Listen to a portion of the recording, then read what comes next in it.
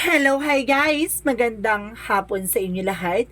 This is Shira Masagada Channel, a faith healer, also matarider. So ngayong hapon, natatigan natin ang sabihin sa inyo ng ating mga gabay.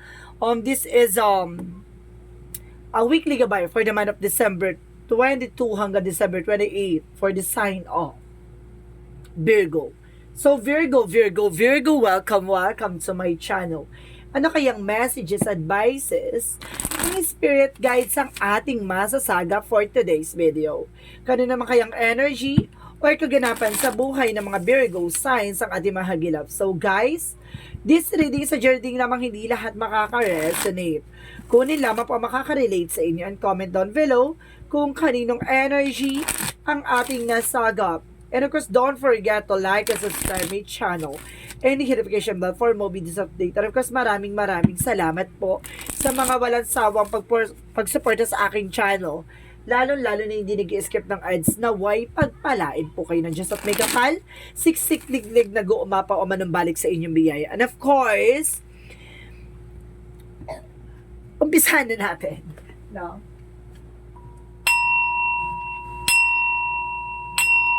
Angel Spirit messages give me an information, clarification. Diba? Tingnan natin. Matakas ang energy, ah. Sige, galingan natin. Angel Spirit, let's give me an information, guys. So, there's a 5 of Cups. Oh my God. So, there's a regret or something disappointment. So, may mga bagay dito na parang or panghihinayang, no? Kumbaga may mga bagay ka dito na parang pinagsisisihan. Ano? So, let's see what is additional messages. And because there's a moving on. There's a higher front. So, there's an information and lesson learned. Matuto ka na, no? Siguro parang nasa-sense ko dito, there's an investment scam or something na kumbaga, nagkaroon ng ano, no? Parang pinagsisihan mo kasi, di ba? Ang laking nawala sa iyo or something. Ang laki ng energy, ang lakas ng energy na parang gano'n na nangyari. And because there's a Queen of Wands, stability and control. So, ibig sabihin, kailangan magkaroon ka ng control at kumbaga, makontrol mo yung sistema or eksena. And because there's a Knight of Wands, so there's a final push. May mga bagay na kailangan mong ilaban. Na may mga bagay na kailangan mong pagtiyagaan. There's a 7 of Wands. Protectionan mo yung grounds mo. Protectionan mo yung territory mo. Protectionan mo ang love life mo. Protectionan mo kung ano man ang mayroon ka. So let's see what is additional messages. So there's a Queen of Pentacles. So there's a practicality pagdating sa finances. Kailangan maging practical ka dito. No? Let's see what is the 5 of Cups. So there's a Knight of Swords. So there's a success driven. Kumbaga sinasabi dito magsasuccess ka, no? At sinasabi lang sa'yo dito na kumbaga ganun talaga, may mga pangyayari at nangyayari sa buhay natin na, diba? Pinagsisisihan natin na yung mga nangyari na yun ay kumbaga nagbigay sa'yo ng failure or something, obstacles, and of course kumbaga complications. So let's see what is the higher fight. So there's a Three of Pentacles, so collaborations, no? Kumbaga matuto ka na, no? Kumbaga get more information bago ka mag-commit sa isang eksena, no? So let's see what is the Queen of Wands. Oh, there's a teamwork kasi. And because the Queen of Wands represents the Ace of Pentacles, so there's a big money coming in for you. A big opportunity and big material offer na magdadala sa iyo ng control and stability. See? Diba? So let's see what is the Knight of Wands. So there's the Lovers. So ibig sabihin dito, na pagdating sa love life mo, kumbaga sinasabi dito na kailangan mo lang mag-antay, no? Kailangan mo lang kasi there is an information na kumbaga ang dami mo na kumbaga na pinakisamahan, kumbaga marami ka ng minahal, kumbaga nasaktan ka, iniwan ka, inabandon na ka. Paulit-ulit na eksena, no? Para sinasabi sa'yo dito na konting tiyaga pa, konting tiis pa.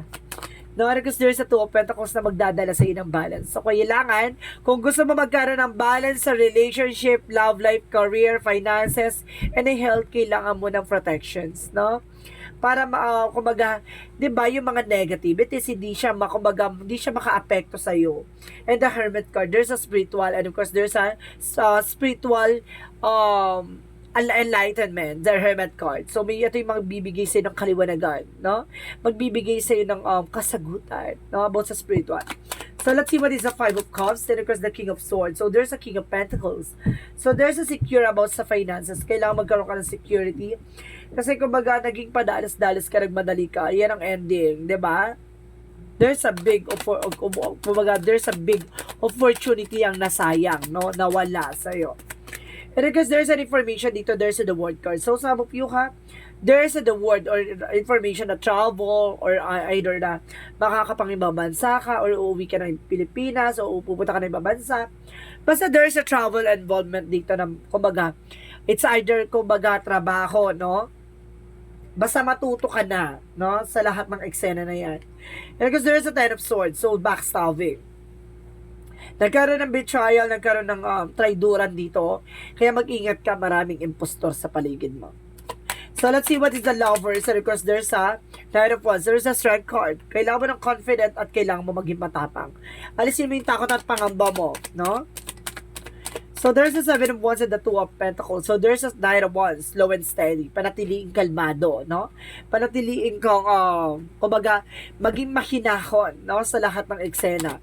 So let's see what is the Queen of Pentacles and the Hermit card. So there is a Four of Pentacles. Protect your power, protect your energy. I told you so. Kailangan proteksyonan mo kung ano man ang meron ka. Proteksyonan mo ang mga bagay na diba? Pag proteksyonan mo yung mga bagay na kung ano man ang meron ka. Ganon.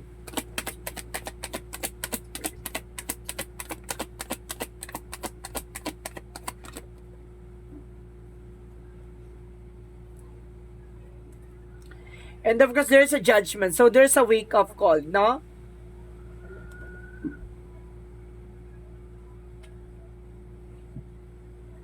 There's a wake-up call dito para sinasabi dito na, ay, there's a red flag rather. Na may red flag dito. Sige nga, gusto ko malaman. Additional outcome. This is a red flag ba or awakening? Parang ginising ka lang ba? Or paalala sa'yo? Ganon. So there's the Fool. So there's an information na, diba? Parang the Fool card represents the leap of faith. Magtiwala ka. Na parang, itong information na to, na parang, there's a signs, no? Or something talaga na parang awakening talaga. Na para sinasabi dito na get mo information and of course the wish fulfillment is here and your beginning is here. So, ibig sabihin magkakaroon ka ng bagong simula. Na kailangan mo lang makakuha pa ng mga impormasyon. So, let's see what is additional messages for career. So, there's a Ten of Wands, no? Oh, may nagbibigay ng pabigat pagdating sa finances sa'yo. There's a Magician na the Ten of Wands. Obligation, responsibility, or burden. Marami ka ditong pinagdaanan. Maraming nagbibigay sa'yo dito ng pabigat, ng eksena. And of course, there's a Wheel of Fortune. There's a good luck. And there's a destiny. And there's a swerte. No, nandito na eh. Kumbaga may manifestation na magaganap dito. Ibigkakalob na ng langit dito yung bibigay sa'yo ng ating mga gabay na sinasabi lang dito na kailangan mo lang talagang makaalis sa sitwasyon. Kailangan mo makabangon. Kailangan mo kumbaga bitawan yung mga bagay na alam mong hindi na worth, no? Na bitbitin pa or some of you parang kailangan mo na siyang bitawan. So let's see about naman sa love life. Sa love life is the Three of Wands. So waiting. So sinasabi dito there's a waiting for a soul, waiting for a ship, and the Three of Cups. So there's a third party involved. So some of you kumbaga, nag-aantay ka ng resulta dito pero there's a third party involved, be the Two of Wands. So there's an indecision. Kumbaga dito hindi makapag-desisyon to. Ano kasi sinasabi dito, the Tower moment, there's a sudden changes, no? May bigla ang mababago dito. It's either there's a chaos or disaster or reveal, no? It's either kumbaga reconciliation or separations. No, meron ditong may third party involved na there's an indecision. Na kumbaga inihintay na lang ang magdesisyon. And of course, there's a waiting for a result. There's a travel. So let's see about naman sa health. Sa health is a Page of Pentacles. So there's a new fresh ideas and new plan. Kumbaga nagpaplano ka di ba, magpatingin or something. And because there's a Six of Wands na magtatagumpay ka. No, kasi kumbaga sinasabi dito na kumbaga okay, masusolusyonan na yung problema mo dito. Matatapos na daw. And because suddenly, yung sinasabi dito na kailangan mo lang talagang magpahinga at uminom na maraming tubig. Okay, kailangan mo lang din uminom na maraming tubig at umiwas ka sa mga kumbaga may nahihirapan ka matunawan. Ganon. So, let's see about naman sa ating magical fairy messages. So, let's see what is the magical fairy. New career. So, may bagong career dito, ha? May bagong career ang sinasabi ng ating magical. And of course, there's a goodbye to the old, hello to the new. So, di ba? Kailangan mo na raw, kumbaga tapusin yung nakaraan. So, meron ng bagong simula at bagong bukas na nakalaan. Diba? So, let's see what is yin and yang oracle card. So, let's see what is the yin and yang oracle card. So, there's self-love. So, kailangan mo din ng self-love dito, ha? And of course, there's alchemist ancestor guide. So, may gumagabay sa yung mga mahal mo sa buhay. Mga yumao. No? And of course, there's distance. So, some of you, there's a long distance relationship. Or baka sinasabi dito, mag-retreat ka, time out. No? Kailangan mo munang kumawala. Or either, there's an information na malayo kayo sa isa't isa. Or, kumbaga magkakaroon ng distansya. Kumbaga magkakalayo kayo nitong person na to. So, let's see what is additional messages for chakra messages.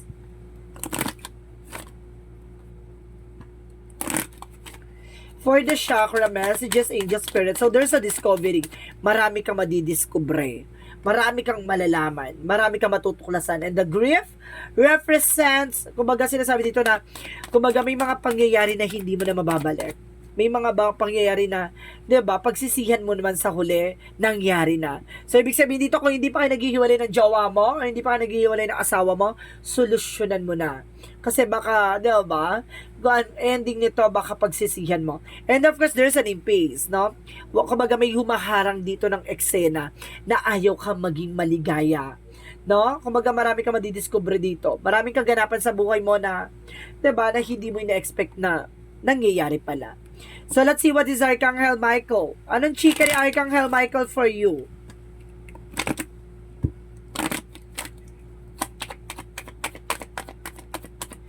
Guarded and protected. So, kailangan mong magabayan at kailangan mong maproteksyonan. No? And your home is protected by angels. Maaring yung tahanan mo ay protektado ng ating mga gabay. So, let's see what is the energy. Kaya pala may pagsisisi, no? Kumbaga may magaganap na pagsisisi dito. Huwag mong hayaan mahuli ang lahat. Oh my God! There's a deceit. So, meron talagang mangkukulam, no? Merong gagawa ng eksena. It's either gayuma or kulam na gagawa, no? Na para, 'di ba, kumbaga mahirapan ka sa finances or masaktan ka, 'di ba? It's either maiiwanan ka o maaabandon na ka. And of course, there's the temple of path, discoveries. Bigla mo tong malalaman, bigla mo tong matutuklasan. Ay, kaya pala nagbabago si ganito. Ay, kaya pala nag-iiba na ang kanyang eksena. Diba? So, let's see what is additional messages. Kasi there's a deceit. Ibig sabihin, may mangku.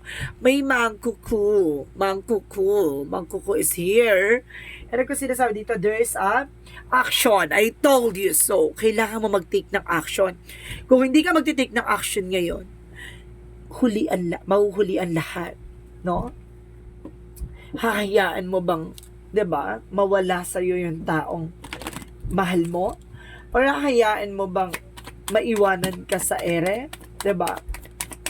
And because there's an oracle cards. Kumbaga meron ka ng kasagutan. Nalaman mo na, natuklasan mo na, pero hindi ka nag-take ng action. Kaya pala meron pala unang baraha pa lang sa'yo dito.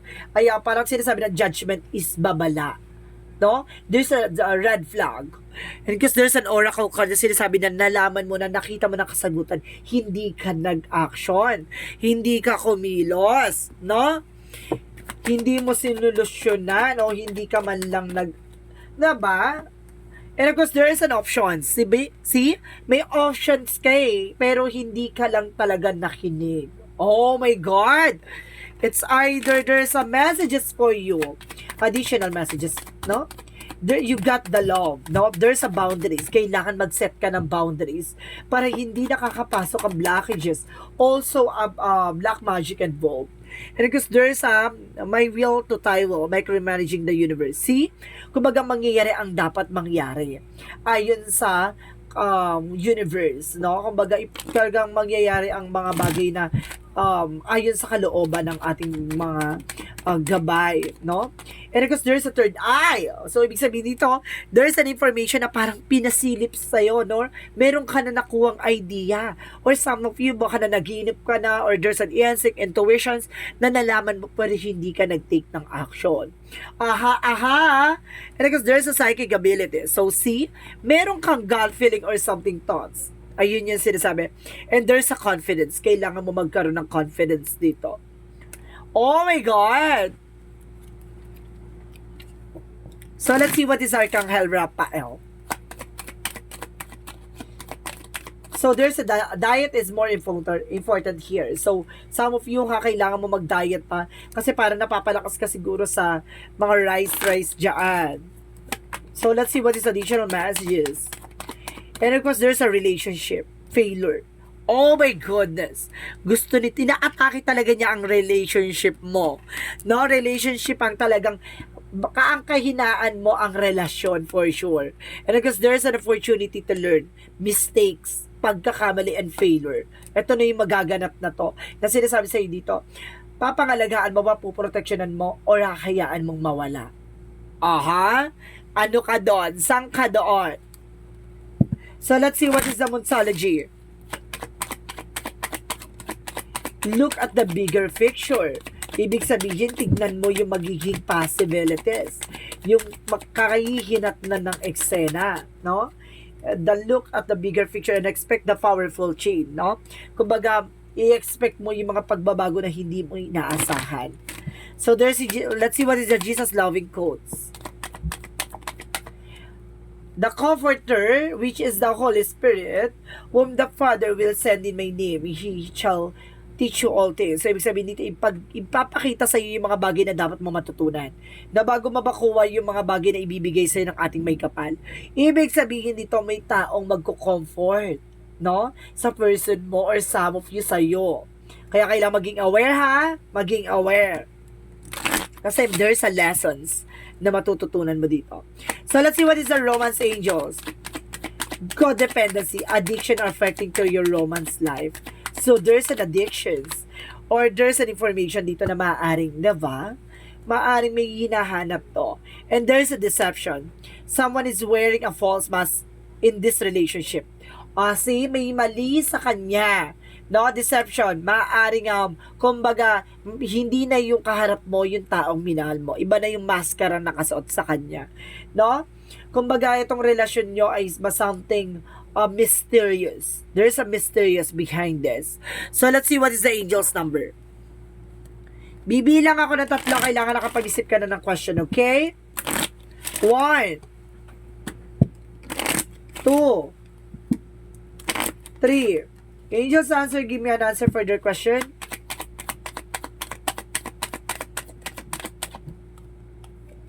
There's a yes. Oh my God, there's a yes. So, ang sagot dito is a yes. No? And of course, my God, kapag blue ang lumabas, kapag ganito yung blue na lumabas na ganito, kabahan ka. There's a no. Oh my God. Titimbangin mo kung ano yung hindi at ano yung dapat. Ito yung magiging kasagutan. Maniwala ka if you believe. Nasa sa iyan eh. Oh my God. There's a no and yes. Ibig sabihin, nagkakaroon ka ng doubt. Oh my God. There's a no and yes. Yun yung pinaka-options mo. No? And of course, there's an if you believe. Nasa sa iya kung maniniwala ka. Oh, diba? Let's see what is the angel's number.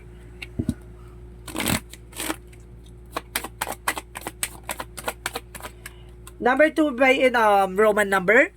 You have a keen awareness of what is happening around you, a strong intuition in your gift, and it will help you understand that unspoken feelings and thoughts of others.